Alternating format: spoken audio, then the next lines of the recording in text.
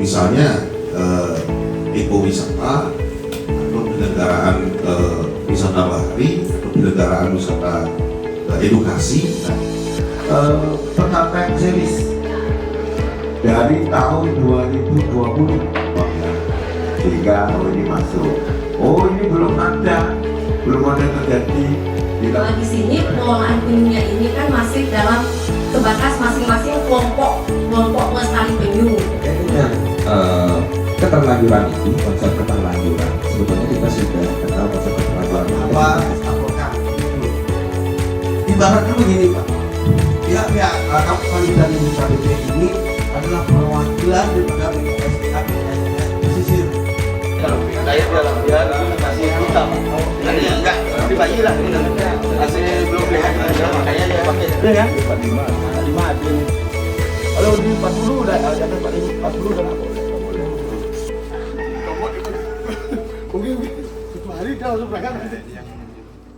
Sekarang Tiang bersama dengan Bapak Dr. Madikiti Subakarmarisan, SMKN selaku Ketua Pelaksana Kegiatan Pengabdian pada Masyarakat di Tanjung Benua. Mungkin pertama pertanyaannya yang paling dasar, apa tujuan daripada dilaksanakannya kegiatan pengabdian ini, Bapak? Baik, terima kasih. Pada prinsipnya adalah bahwa pengabdian masyarakat ini merupakan bagian dari Tridharma Perguruan Tinggi. Kami dari Fakultas Hukum Universitas Udayana, ya, juga support dari Lembaga Penelitian dan Pengabdian Masyarakat di Universitas Udayana. Kita melaksanakan pengabdian masyarakat, di mana tujuan dari kegiatan pengabdian masyarakat ini adalah untuk mengedukasi, ya, kemudian memberikan skema terkait dengan pengelolaan kawasan konservasi, khususnya kelompok pelestari penyu, ya, supaya memiliki legalitas yang jelas serta memiliki badan hukum yang jelas untuk pengelolaan ini, terutama di kawasan konservasi Tahura ini, ya, sehingga masyarakat bisa memaksimalkan sumber daya yang ada, tujuannya konservasi, kemudian edukasi juga untuk kepentingan masyarakat seperti itu. Mungkin satu pertanyaan lagi, ketika pengabdian ini selesai, kita melihat situasi di sini bagaimana. Di sini adalah sebuah kelompok pelestari yang begitu kaya, Pak. Di depan ada, kita sedang disambut oleh penyu-penyu, mungkin bisa dilihatin mungkin penyu-penyunya, ya, binatang lain dan juga dikelola oleh kelompok Niki. Apa yang menjadi tujuan akhir daripada kegiatan Niki sehingga Bapak melihat perkembangan yang menjadi indikator keberhasilan daripada kelompok penyu Niki dalam konteks 3-5 tahun ke depan? Baik, terima kasih. Pengabdian masyarakat ini merupakan pengabdian berkelanjutan, ya. Jadi sebelum tahun ini 2026, 2025 juga sudah kami lakukan pengabdian. Ketika itu kami melakukan due diligence, ya. Kita mencari persoalan pokok yang ada di kelompok pelestari penyu ini. Kemudian di tahun ini kita memantapkan, ya, terkait dengan kelembagaan mereka, apakah nanti mereka akan berbadan hukum atau menggunakan yayasan atau menggunakan koperasi. Nah, kemudian satu sisi pada momen ini juga kita sudah menghadirkan instansi terkait, ada dari Tahura, ada BKSDA, ada kemudian dari pemerintah daerah juga ada, kemudian dari kelompok pelestari penyu dan asosiasi juga hadir, ya.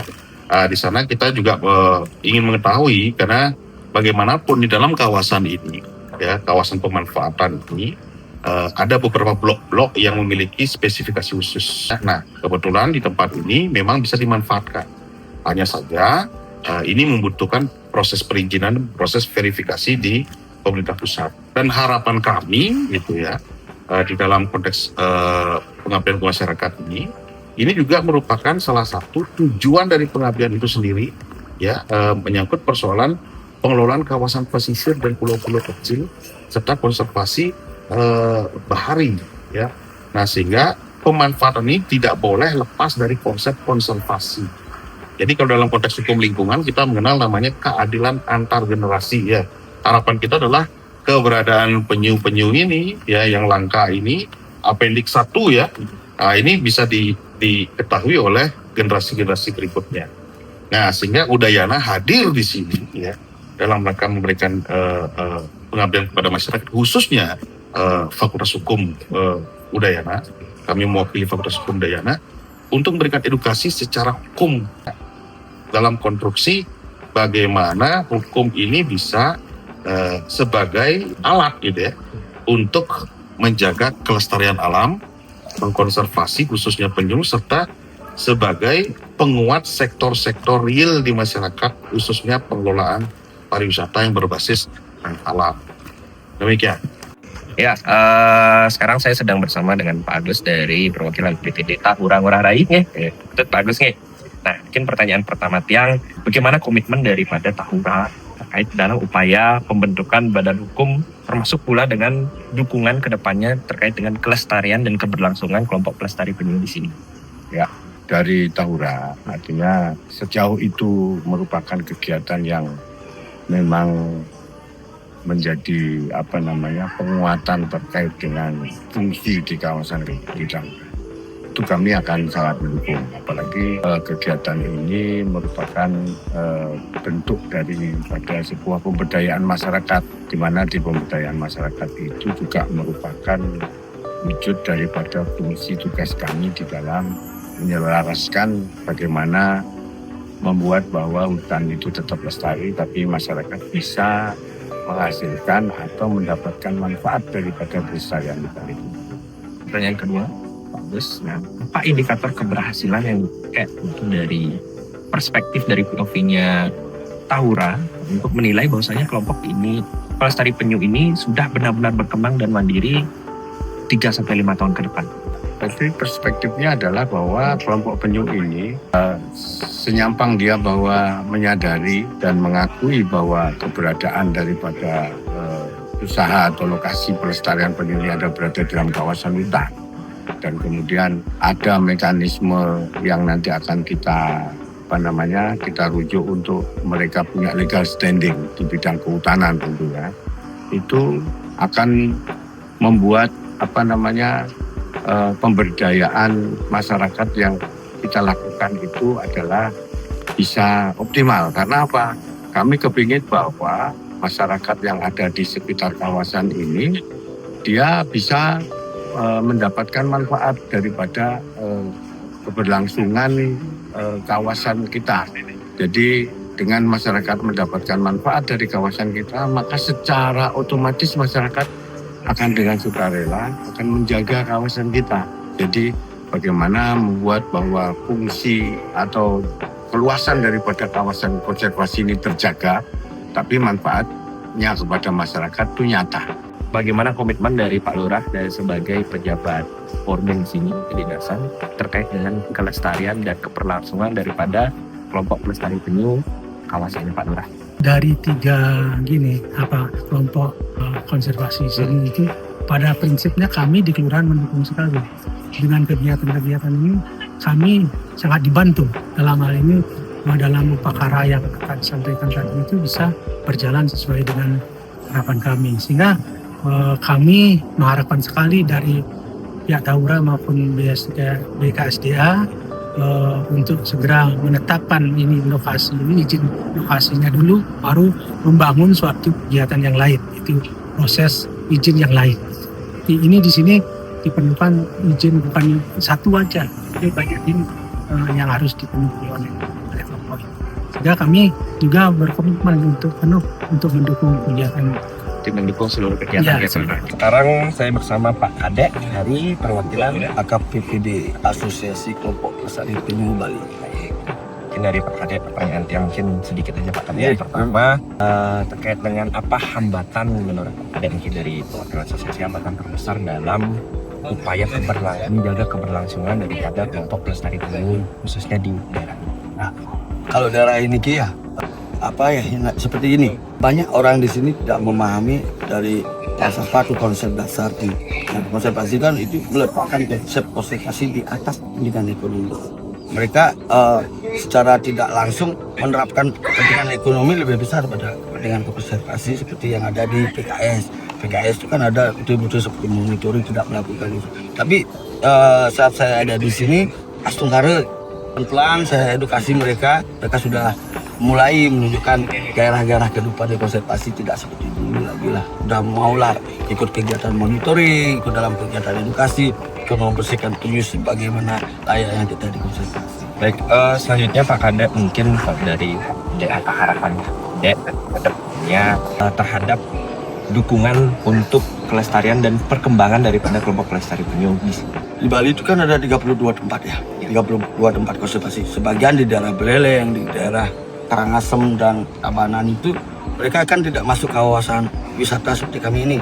Nah, di sini masuk kawasan wisata yang sangat bagus bagi saya untuk perkembangan ekonomi. Nah, ketika pemerintah mampu atau menciptakan perizinan yang lebih gampang kita urus dan langsung karya di sini terjadi di Tanjung Benua ini kan menjadi barometer untuk konservasi yang ada di daerah terpencil tersebut. Bapak bisa bayangkan, saya pernah ke Buleleng, itu tempatnya hanya terpal, Pak. Mereka tidur, penggiat konservasi tidur di situ dengan terpal juga, Pak. Nah, saya di sini punya program untuk itu, Pak. Kalau saya pribadi, saya punya program. Jadi saya itu berusaha mengajak mereka untuk memasuki hotel-hotel itu untuk melakukan sebuah kegiatan seperti itu, menghasilkan sedikit ekonomi. Saya bawa ke sana, Pak, dengan edukasi. Saya ciptakan sekian persen untuk mereka. Nah, itulah peluang-peluang yang kami bisa ciptakan untuk orang-orang di situ. Nah, di sini perlu peran pemerintah dalam hal izin itu agar lebih mudah, lebih difleksibelkan agar kami bisa berkegiatan dan bisa membantu penggiat konservasi.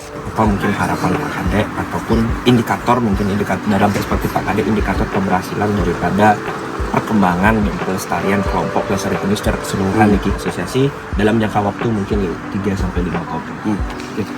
Sebagai indikator sebenarnya sih kalau itu konservasi itu kan sebaran penyu, Pak, ya.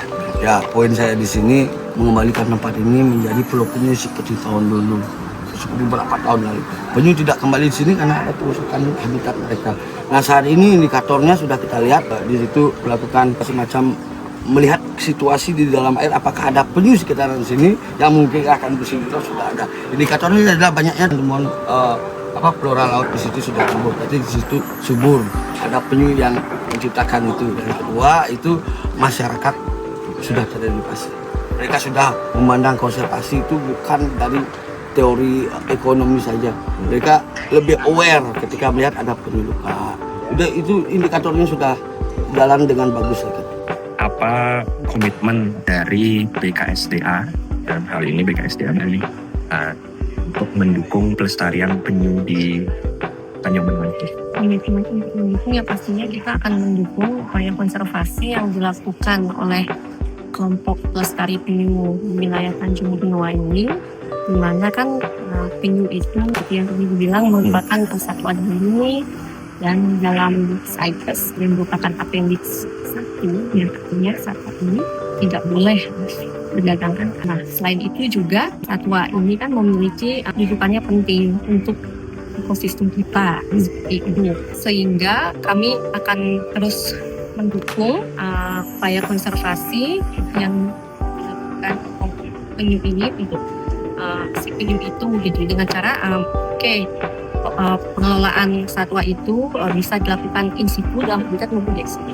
Jadi in situ-nya seperti kita lihat kayak penyu itu kan habitatnya di laut, tapi sekali dia bertelur di luar.